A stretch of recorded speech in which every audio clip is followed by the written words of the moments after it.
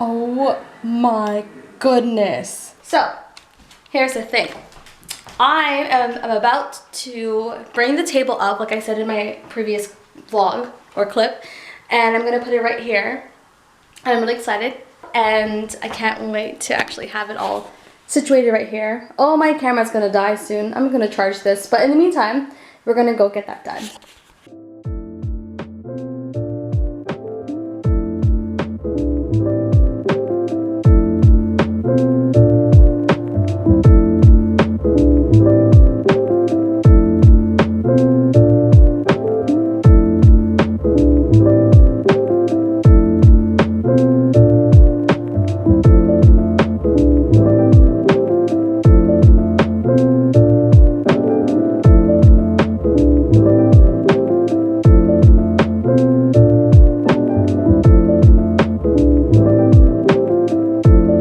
And here we have it. Everything is looking grand. We have, ignore this food. So we have the scale that I finally got. We have our pouring containers. We have our packaging, or some of the packaging items. We have our fragrances. We have our business cards. We have the ink pad. We have our selection of containers, like candle containers.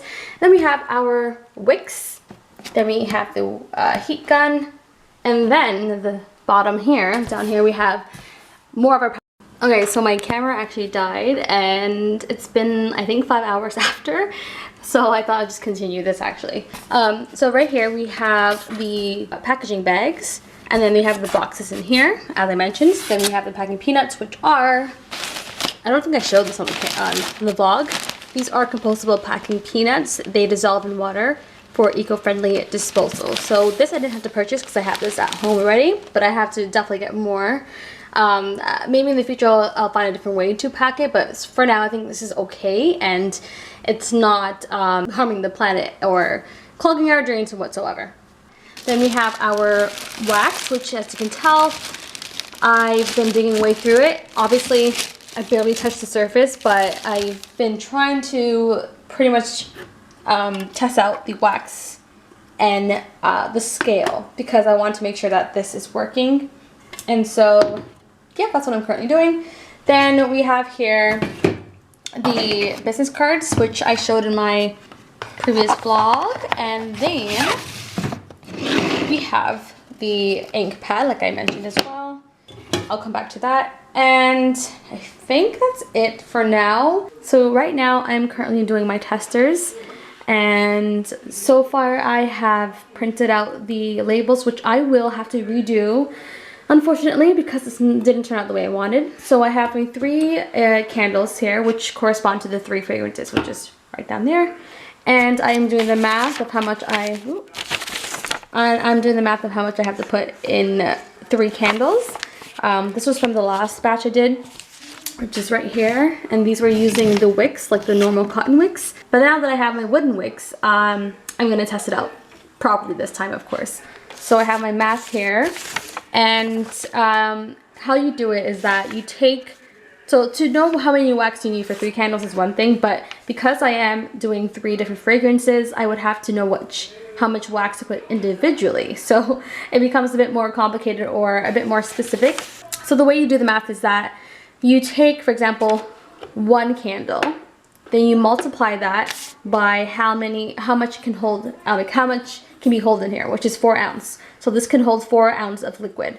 So you multiply 1, which is 1 candle, by 4, which is how much you can hold in here, and you divide it by 20. And what 20 represents, or what it refers to, is that usually, because you're weighing something that's liquid into a container, when it solidifies, it doesn't, I don't know how to explain it, but it's not the same weight. Your liquid weight, or your liquid weight or ounce is different than the net weight of like the actual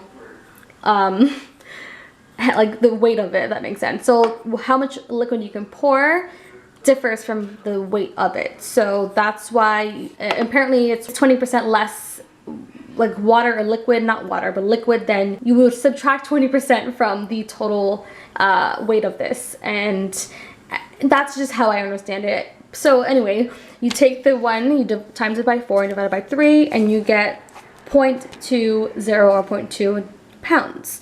And because my scale doesn't have pounds, it only has grams, and I kind of forgot grams and something else. I don't think it has ounces, but I actually converted to ounce, which is 3.2 ounces, and then in grams it's 90.7. So that's how much wax you need for one container. So when I get the wax and I put it on here, I weigh it out, and I keep pouring the wax until it gets to 90.7 grams. So for the fragrance, it's pretty similar in the way that you're using your amount of wax that you need, and you are multiplying that by what percentage of fragrance load you want. So yes, 12% is really high. Usually the average is 6, 8, or 11 or something like that. I did use 11 last time, but I think I wanted to go for 12 because I did put 11% of fragrance load in here, and to me it wasn't too strong.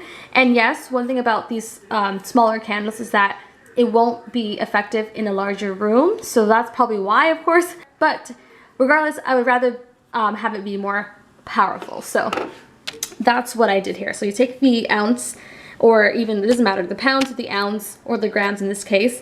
You can multiply that by what your percentage of fragrance load is, which is 12% I chose, and then you get 0.384 ounce, or in grams is 10.886. So that's what I'm doing right now. I'm gonna actually put my wax in and then double boil it, which is currently boiling right now on the stove. And then I'm going to also measure out my waxes, and I actually have the exact like labels for each of them. I also have the fragrance notes at the back here.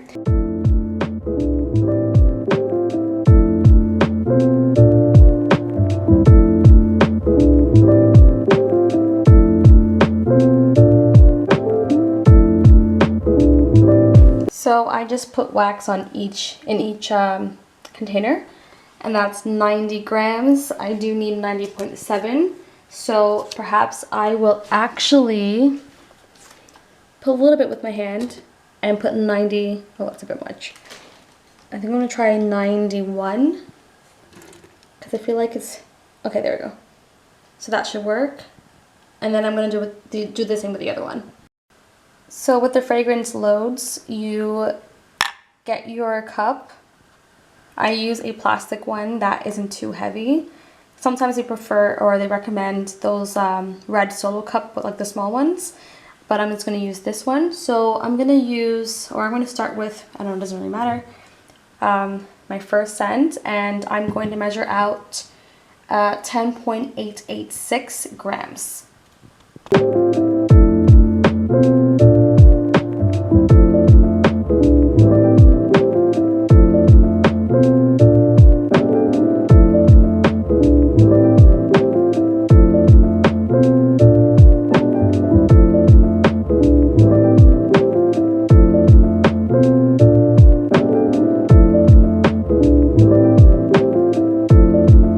As you can tell, it's already boiling and melting, and I have both of these on currently. And while that melts, unfortunately I cannot find my cooking thermometer at all, and usually that's what's needed for, you know, checking the right temperature of your melting wax. Or else it could be too hot, or it cannot be hot enough, or something like that. There's a lot of science in the mix of this, so unfortunately I cannot find it right now, but when I actually make it properly, we'll definitely have to find that. For now, this shall work. It's just a tester, and I've done this a couple times now that I kind of know, but anyway, that's besides the point. And I have my fragrance oils right beside me waiting to go, and yeah, and now all I gotta do is wait. So I just took it off the stove, and I'm just going to mix it in a little bit more. It's just melted wax, but I just want it to be thoroughly mixed in. I don't know, it just makes me feel like I'm doing something. And what I have to do is wait to cool it down. So typically, if I had my thermometer, I would have to heat up the wax up to 183 or 85 degrees. And then I have to wait till it comes down to about 150 or so. And then that's the perfect temperature to, oh my god, I almost spilled it. That's the perfect temperature to pour in your fragrance oil. So, since I don't have that right now, I'm just going to guesstimate and hope it works out. It's time to pour in the fragrance oil. I have my magic mirror, so I'm just gonna empty it in here.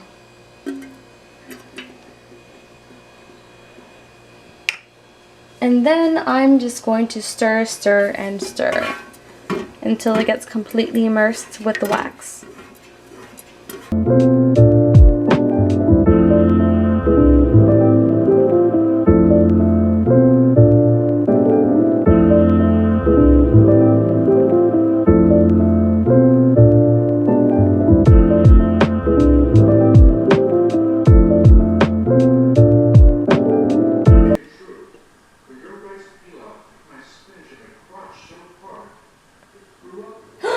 Oh my goodness. Did you see that? Look at that. Look at it solidify. That was fairly quick, I have to say. I hope it was hot enough because I don't know if it was to the temperature that we're supposed to be making the candles at. But regardless, I'm excited. And now I am currently getting this one ready.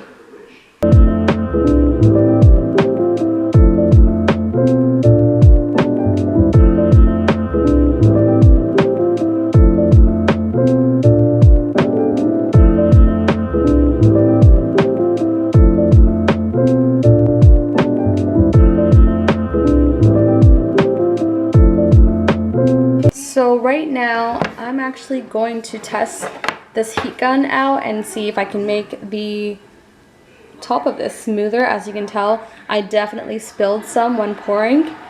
My fault, I was distracted. So let's just heat it up and see what would happen.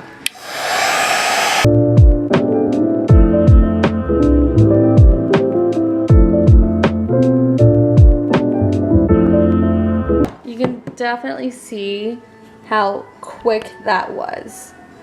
In an instant almost, it melted. So I'm just gonna let it solidify itself again and hope it becomes smooth. The sun is out. It's a good day.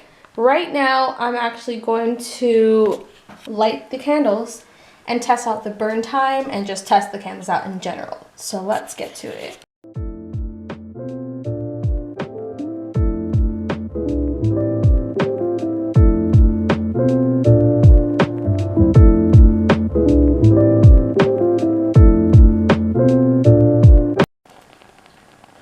I don't know if you can hear that, but it sounds like crackling. Also, I need to trim some of these so they're more fresh, because look at these. They already lit out, so let me do that right now. Right now, I am currently testing out the burn time of my candles, and let me just say, it is so difficult. I don't understand it.